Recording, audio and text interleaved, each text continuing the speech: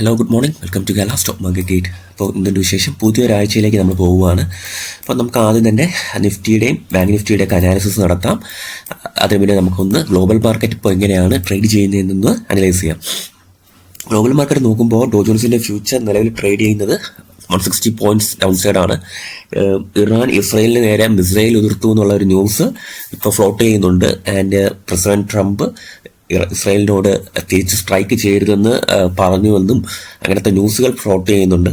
അപ്പം അതിൻ്റെ impact global മാർക്കറ്റിൽ തുടങ്ങിയിട്ടുണ്ട്. ഗിഫ്റ്റ് നിഫ്റ്റി നോക്കുമ്പോൾ നിലവിൽ 9 പോയിന്റ്സ് ഡൗൺ സൈഡാണ്. ആൻഡ് എല്ലാവരും വലിയ ഗ്യാപ് ഡൗൺ ഒക്കെയാണ് എക്സ്പെക്ട് ചെയ്തുകൊണ്ടിരുന്നത്. അപ്പോൾ നമുക്ക് നോക്കാം. ഗിഫ്റ്റ് നിഫ്റ്റി 16 പോയിന്റ്സ് ഡൗൺ സൈഡിൽ ഇപ്പം ട്രേഡ് ചെയ്യുന്നു. അപ്പോൾ ഗിഫ്റ്റ് നിഫ്റ്റി നെഗറ്റീവ് സ്റ്റാർട്ടിലേക്കാണ് പോകുന്നതെങ്കിൽ നമ്മുടെ മാർക്കറ്റും മോസ്റ്റ് പ്രോബബ്ലി ഒരു ഗ്യാപ് ഡൗൺ അല്ലെങ്കിൽ ഫ്ലാറ്റ് ഓപ്പണിങ്ങിനാണ് പോസിബിലിറ്റി ഉള്ളത്. നിലവിൽ 9 പോയിന്റ് ഡൗൺ സൈഡാണ്. ഇനി കൂടാം, സമയമുണ്ട്. സോ എന്തായാലും ഒന്ന് വാച്ച് ചെയ്യാം. ആൻഡ് ബാക്കി ഗ്ലോബൽ ഏഷ്യൻ മാർക്കറ്റ്സുകളെ നോക്കുമ്പോൾ നിക്കി 2983 പോയിന്റ്സ് ഡൗൺ സൈഡ് പോയി. Straight times 67 points down side വന്നു. ഹാങ്സങ് 418 പോയിന്റ്സ് ഡൗൺ സൈഡ് വന്നു. അപ്പോൾ ടോട്ടലി തായ്വാൻ വെയിറ്റഡ് കൂടെ പരിശോധിക്കുമ്പോഴത്തേക്ക് 236 പോയിന്റ്സ് ഡൗൺ സൈഡ് വന്നിട്ടുണ്ട്. സോ ടോട്ടലി മാർക്കറ്റിൽ ഗ്ലോബൽ ആൻഡ് ഏഷ്യൻ മാർക്കറ്റ്സുകൾ പരിശോധിക്കുമ്പോഴത്തേക്കും ഒരു നെഗറ്റീവ് സ്റ്റാർട്ടിലേക്കാണ് ഈ വീക്ക് പോകുന്നതെന്നാണ് സൂചിപ്പിക്കുന്നത്. ഓക്കെ, അപ്പോൾ ഗിഫ്റ്റ് നിഫ്റ്റി ഇപ്പോൾ 16 പോയിന്റ്സ് ഡൗൺ സൈഡ് ട്രേഡ് ചെയ്യുന്നു.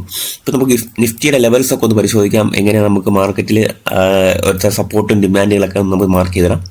എനിവേസ് ഒരു ഗ്യാപ്പ് ഫില്ല് ചെയ്തിട്ടുണ്ട് മാർക്കറ്റ്. കണ്ടില്ലേ, ഈ ഒരു ഗ്യാപ്പ് മാർക്കറ്റിലുണ്ടായിരുന്ന ഈ ഒരു ഗ്യാപ്പ് ഫില്ല് ചെയ്ത ശേഷം നിഫ്റ്റി എന്താ ചെയ്യുന്നത് നമുക്കൊന്ന് വാച്ച് ചെയ്യേണ്ടതായിട്ടുണ്ട്. ഓക്കെ, അപ്പോൾ ഒരു ഗ്യാപ്പ് ഏരിയ ഫില്ല് ചെയ്തിട്ടുണ്ട്. അപ്പോൾ ആ ഒരു ലെവലിൽ നമ്മൾ മാർക്ക് ചെയ്ത് വെച്ചിട്ടുണ്ട്, ഗ്യാപ്പ് ഏരിയ ഫില്ല് ചെയ്ത സോണ്. സോ മാർക്കറ്റിൽ വരുന്ന അപ്രതീക്ഷിതമായ സെല്ലിംഗ് പ്രഷർ നേരിടാൻ നമുക്ക് അങ്ങനത്തെ കാര്യങ്ങൾ ആവശ്യമുണ്ട്. അപ്പോൾ 1 hour ചാർട്ട് ഞാൻ നോക്കുകയാണ്. ഓക്കെ, അപ്പോൾ സ്ട്രക്ചറലി നമുക്ക് നോക്കുമ്പോഴത്തേക്ക് ഒരു നെഗറ്റിവിറ്റി മാർക്കറ്റിലുണ്ടെന്ന് തന്നെ നമുക്ക് പറയേണ്ടി വരും ഓപ്പൺ അപ്പ് ആയിട്ട്. ആൻഡ് 1 hourലെ ഡിമാൻഡ് സോൺസ് ഒക്കെ നമുക്ക് മാർക്ക് ചെയ്തിടാം.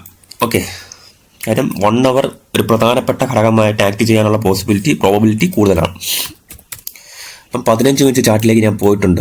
അപ്പം മാർക്കറ്റ് ഇവിടെ ചെയ്യുന്ന നോക്കാം. കഴിഞ്ഞ തവണ, അതായത് വെള്ളിയാഴ്ച ദിവസം മാർക്കറ്റ് ഈ ഒരു ഏരിയയിലാണ് എത്തിയത്. 23,120 എന്നുള്ള ഏരിയയിലെത്തി ഡിമാൻഡ് എടുത്ത് അപ്സൈഡ് പോകാനുള്ള ടെൻഡൻസി കാണിച്ചിട്ടുണ്ട്. സോ നമ്മുടെ മാർക്കറ്റിന് ഇനി അപ്സൈഡ് പോകണമെങ്കിൽ ഇനി എന്തൊക്കെയാണ് നമ്മൾ ശ്രദ്ധിക്കേണ്ടതെന്ന് ചോദിച്ചു കഴിഞ്ഞാൽ ഇത് കണ്ടില്ലേ, 23,554 എന്ന് പറഞ്ഞ ഈ സോണിന്റെ അബവ് മാർക്കറ്റ് സപ്ലൈ എടുത്തുകൊണ്ടിരിക്കുകയാണ് കുറച്ച് സമയമായിട്ട്, അല്ലേ? കഴിഞ്ഞ വെള്ളിയാഴ്ച ഈ ഒരു ഏരിയയ്ക്ക് മുകളിൽ മാർക്കറ്റ് ട്രേഡ് ചെയ്യാൻ കഴിഞ്ഞിട്ടില്ല. സോ അപ്പോൾ ഇതിന്റെ മുകളിൽ ലിക്വിഡിറ്റി ഉണ്ടെന്ന് തന്നെയാണ് അർത്ഥം. സോ മാർക്കറ്റ് ഈ ഏരിയ ബ്രേക്ക് ചെയ്യാനുള്ള അറ്റംപ്റ്റ് നടത്താൻ പോസിബിലിറ്റി ഉണ്ട്. ഇതിന്റെ ഇന്ന് നല്ല ഗ്യാപ് ഡൗൺ ആണ്. മാർക്കറ്റ് അപ്സൈഡ് ഒരു ടെൻഡൻസിയും കാണിക്കുന്നില്ല എന്നുണ്ടെങ്കിൽ മാർക്കറ്റ് ടെസ്റ്റ് ചെയ്യാൻ പ്രോബബിലിറ്റി ഉള്ള സോൺസ് എന്ന് പറയുന്നത് 22,900 എന്ന് പറയുന്ന ഈ സോണാണ്. മാർക്കറ്റ് ഈ ഏരിയ ടെസ്റ്റ് ചെയ്യാനുള്ള പോസിബിലിറ്റി ഉണ്ട്. ആൻഡ് അവിടെ നിന്നും ബ്രേക്ക് ചെയ്യുകയാണ്. മാർക്കറ്റ് ഒട്ടും സ്ട്രെങ്ത് കാണിക്കുന്നില്ല എന്നുള്ള ഒരു സിനാരിയിലേക്കാണ് വരുന്നതെങ്കിൽ 22,518 ആൻഡ് 22,230 എന്നുള്ള സോൺസിലേക്കായിരിക്കും മാർക്കറ്റ് എത്തുക. ഈ ലോസ് മാർക്കറ്റ് ടെസ്റ്റ് ചെയ്യാനുള്ള പോസിബിലിറ്റി കൂടുതലാണ്. ഓക്കെ, അപ്പം ഇങ്ങനത്തെ ഒരു സിനാരി മനസ്സിൽ കണ്ട് മാത്രമേ ഈ വീക്ക് നമ്മൾ ട്രേഡ് ചെയ്യാവൂ.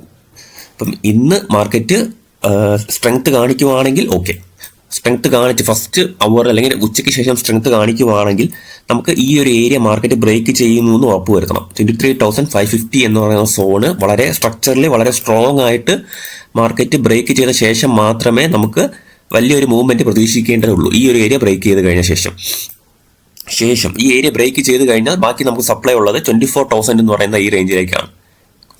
24,000 അല്ലേ, ഈ ഒരു സോണിലേക്കായിരിക്കും മാർക്കറ്റ് മൂവ് ചെയ്യുക.